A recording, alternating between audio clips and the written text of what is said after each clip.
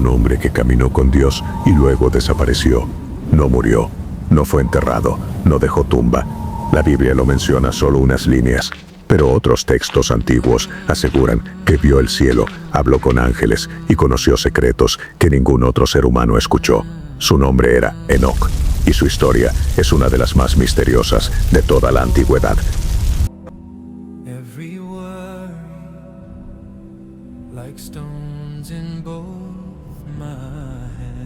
Enoc vivió en una época muy antigua, mucho antes del diluvio, cuando, según los textos bíblicos, la humanidad apenas comenzaba a multiplicarse sobre la tierra. Era una era violenta, caótica y oscura.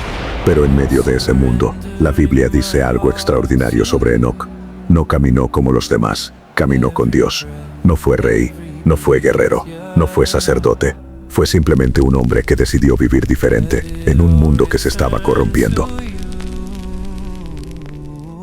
El libro del Génesis lo menciona en una genealogía, entre nombres y edades, hasta que de repente el relato se detiene y dice algo que no se repite con ningún otro personaje.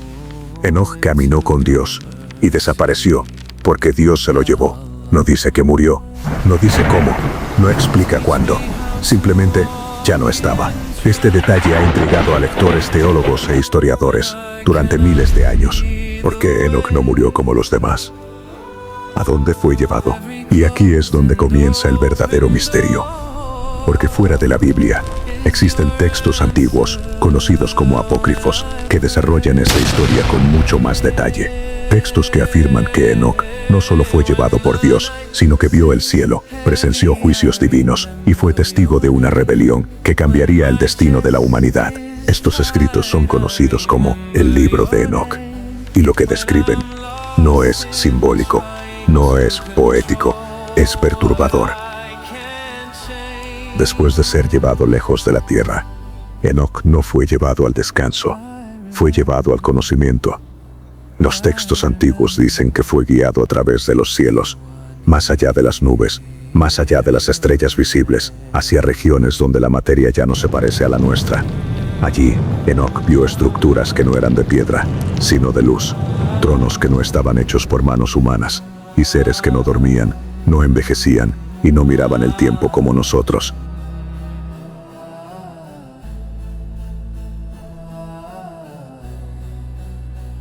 Estos seres eran llamados los vigilantes.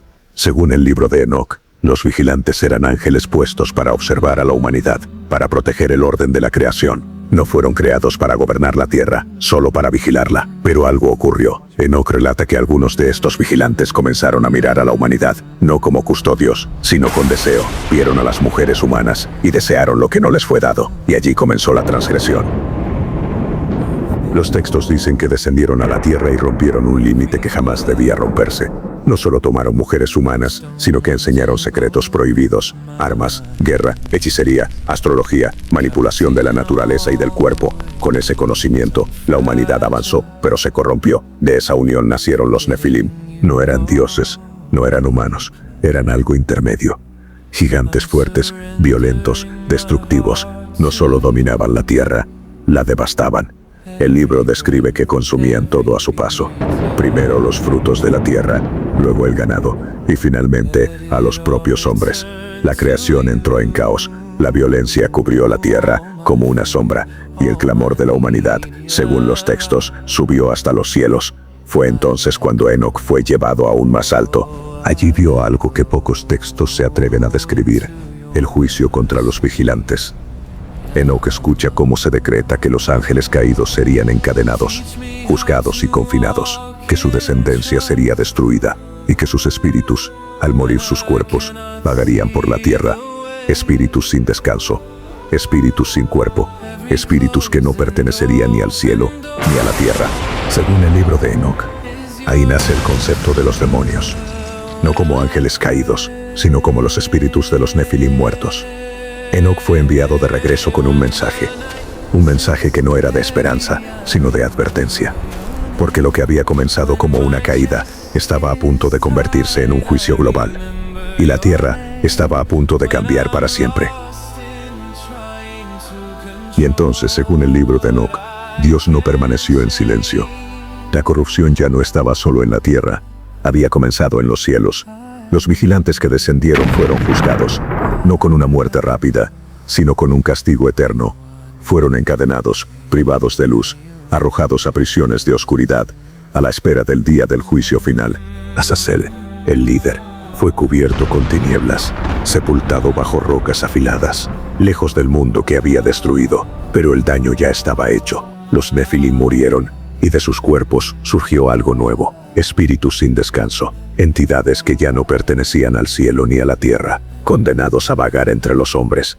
Desde ese momento, el mundo quedó marcado por una presencia que no podía verse, pero sí sentirse. Espíritus errantes, sin descanso, sin cuerpo, condenados a vagar entre los hombres. Entidades que ya no pertenecían al cielo ni a la tierra, impulsadas por el hambre, la violencia y la corrupción. El mundo, entonces, se llenó de caos invisible. Guerras, enfermedades, maldad sin explicación. La humanidad estaba al borde de la extinción. Y fue entonces cuando Dios tomó una decisión definitiva, un juicio total. No fuego, sino agua. El diluvio no solo borraría a los hombres corruptos, sino también a los restos de aquella unión prohibida. La tierra fue limpiada, los cuerpos desaparecieron, pero los espíritus permanecieron. Por eso, dice Enoc, el conflicto espiritual no terminó, solo cambió de forma. La Biblia canónica guarda silencio sobre muchos de estos detalles, pero deja pistas. Pedro habla de ángeles encarcelados. Judas menciona espíritus encadenados en oscuridad. Génesis recuerda que los gigantes estaban en la tierra en aquellos días. Nada fue escrito por accidente. La pregunta no es si crees esta historia, sino por qué tantas culturas hablan de lo mismo. Seres caídos, gigantes antiguos, espíritus que aún influyen en el mundo. Tal vez el verdadero mensaje no es miedo, sino advertencia. Cuando el conocimiento se separa de la obediencia, cuando el poder se usa sin límites, cuando lo prohibido se normaliza, las consecuencias no desaparecen, se heredan. Y quizás, solo quizás, la batalla más antigua de la humanidad no se libra con armas, sino en lo invisible.